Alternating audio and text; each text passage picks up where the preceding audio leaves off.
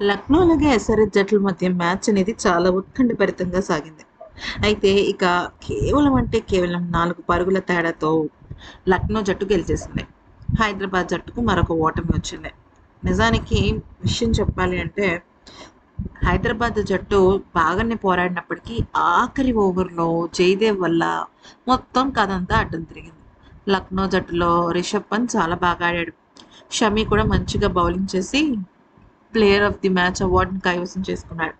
ఇక హైదరాబాద్ జట్టు ఓడిపోయిన తర్వాత దాని గురించి ఇషాన్ కిషన్ మాట్లాడుతూ ఏమన్నాడంటే, మేము బ్యాటింగ్‌లో మంచి ఆరంభం ఇవ్వలేకపోయాం.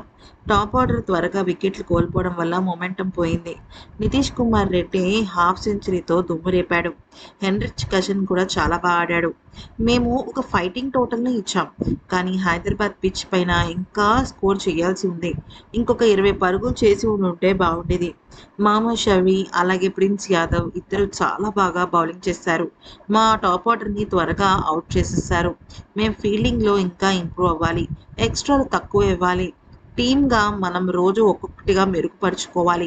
నేను బ్యాటింగ్ ఇంకా బాగా చేసి ఉండుంటే బావుండేదేమో అనిపించింది. నా బ్యాటింగ్‌లో నాకు సంతృప్తి లేదు. కానీ టీమ్ పరంగా చూస్తే బావుంది. గర్వంగా అనిపించింది.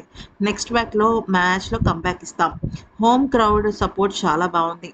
ధన్యవాదాలు అంటూ చెప్పుకొచ్చాడు. అతను సాధారణంగా హానెస్ట్ అలాగే టీమ్ ఫస్ట్ స్టైల్‌లో మాట్లాడతాడు కానీ, ఈసారి ఏంటంటే చాలా డిసప్పాయింట్‌మెంట్‌గా ఉన్నానని చెప్పాడు. జయదేవ్ వల్ల మ్యాచ్ కోల్పోయామని కూడా చెప్పుకొచ్చాడనమాట. ఏది ఏమైనప్పటికీ ఇషాన్ కిషన్ కనీసం ఒక మంచి స్కోర్ చేసి ఉండుంటే బావుండేది. ఇషాన్ కానీ, అభిషేక్ కానీ అస్సలు రాణించలేదు.